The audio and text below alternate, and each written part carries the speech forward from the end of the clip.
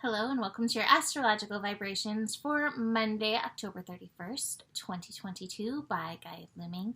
I am Mimi and our energy mantra for today is I am willing and responsible to go to the depths I need to go into. Happy Halloween, blessed Samhain. Mimi cat ears are back. I'm always happier wearing cat ears. If you have been watching me for years, you know that. It's been a long time since I've been able to find my ears, but here they are. So, okay, so here we are, week ahead. I want to say, if you did not check out the scope for this weekend, specifically I did it for Sunday with this Mars retrograde, it is definitely worth checking that out. We will be working with the Mars retrograde energy for the next several months, so that's something you want to know about. That being said, let's look at this week ahead. So this week ahead, we are still in the midst of eclipse corridor energy. Eclipse corridor has a certain intensity to it.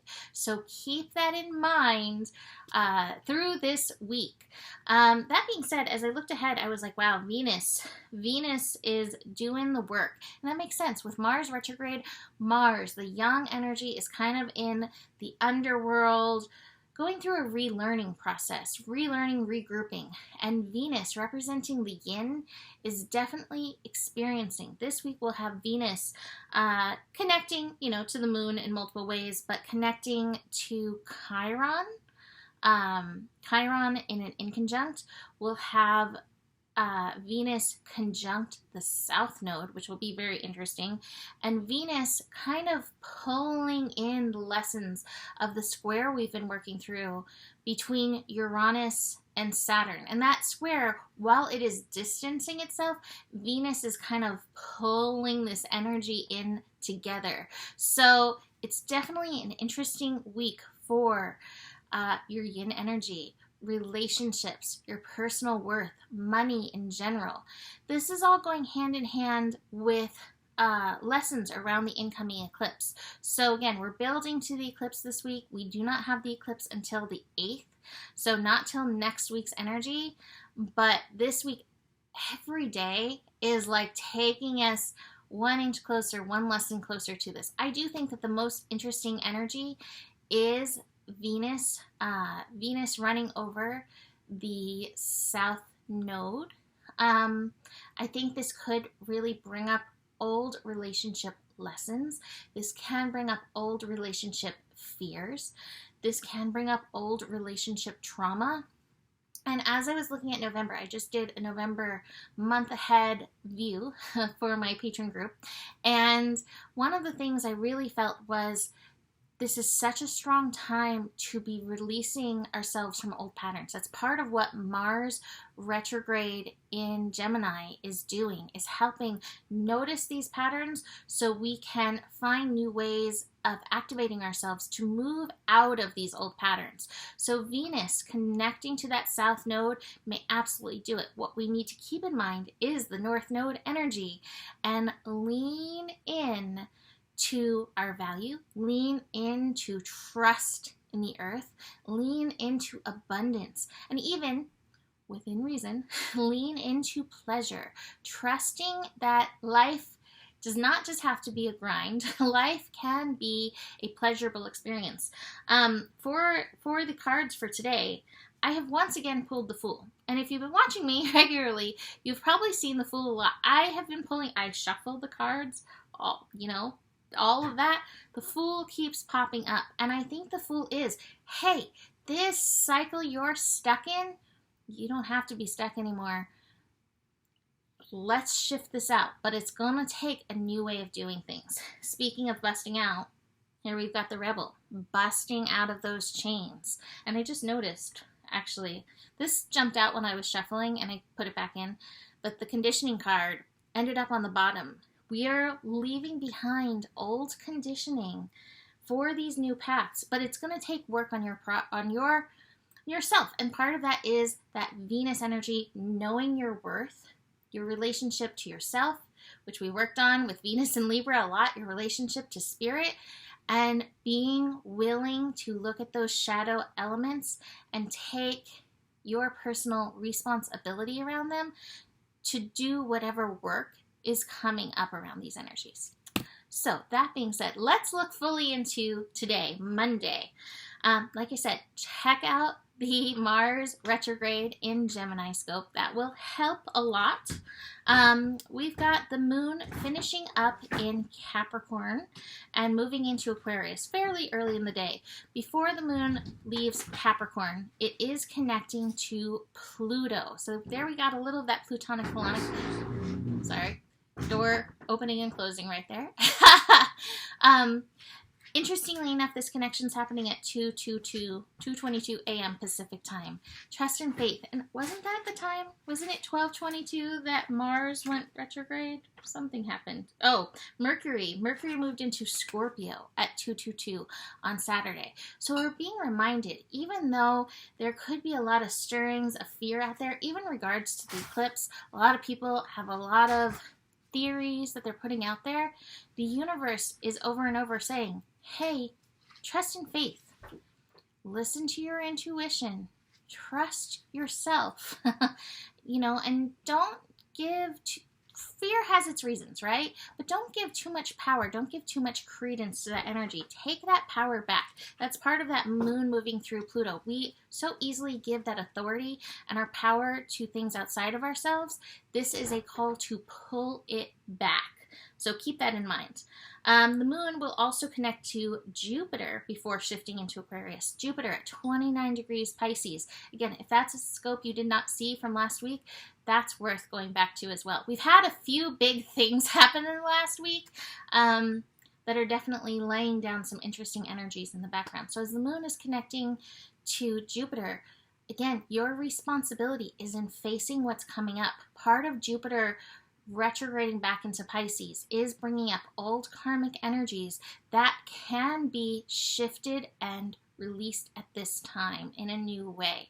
And it may involve facing these things in a new way, like I mentioned. So keep that in mind.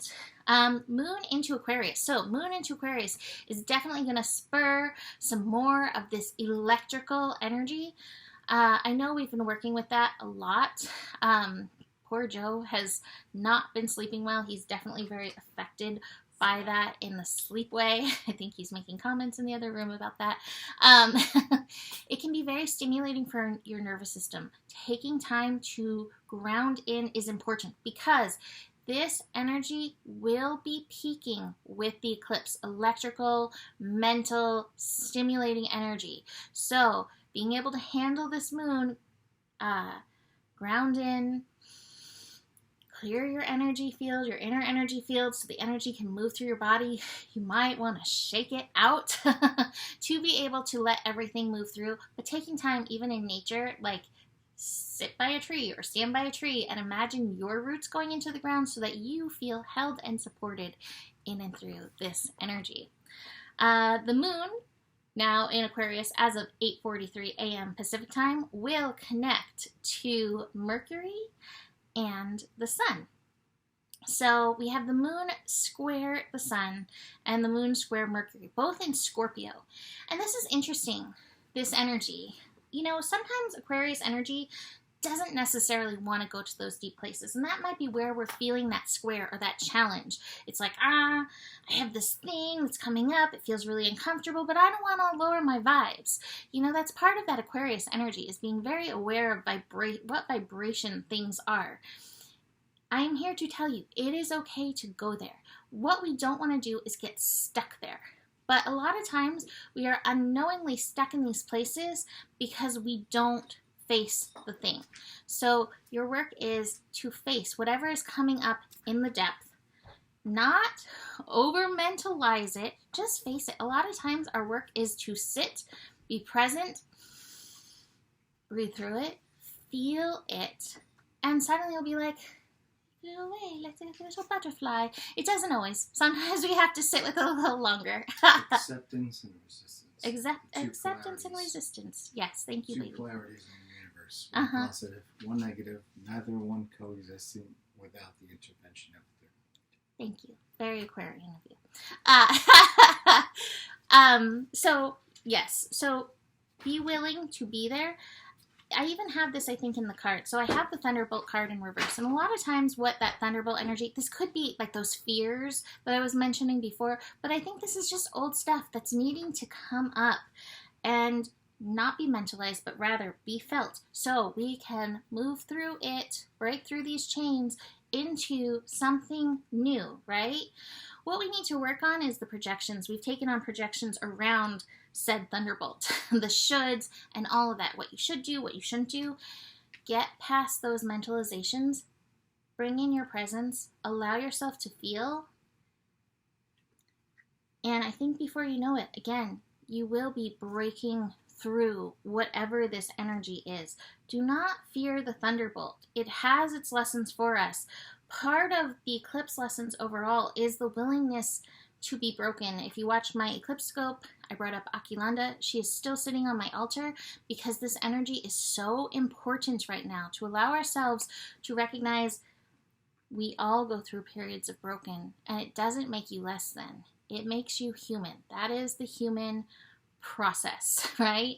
We get broken and we come back even stronger, and we can find forgiveness for those Thunderbolt moments even, which helps us catalyze even more so out of the spin cycle and onto the new path. Recognize what are you holding on to that's coming up right now, part of that Jupiter retrograde process. There is so much breakthrough potentiality right now, so much change potentiality, but we've got to do the work. It will not just happen by itself or without spirit at some point being like, all right, boop. You know, we've all gone through those moments of boop. So that's it for today. You can book a reading with me. Email me, mimiclark@gmail.com. If you are in a spin cycle of something, maybe you want to check that out and we can see what we can alchemize with that. Besides that, the better it gets, the better it gets. There is more than enough love in the world for you. You have the power, and honor your values.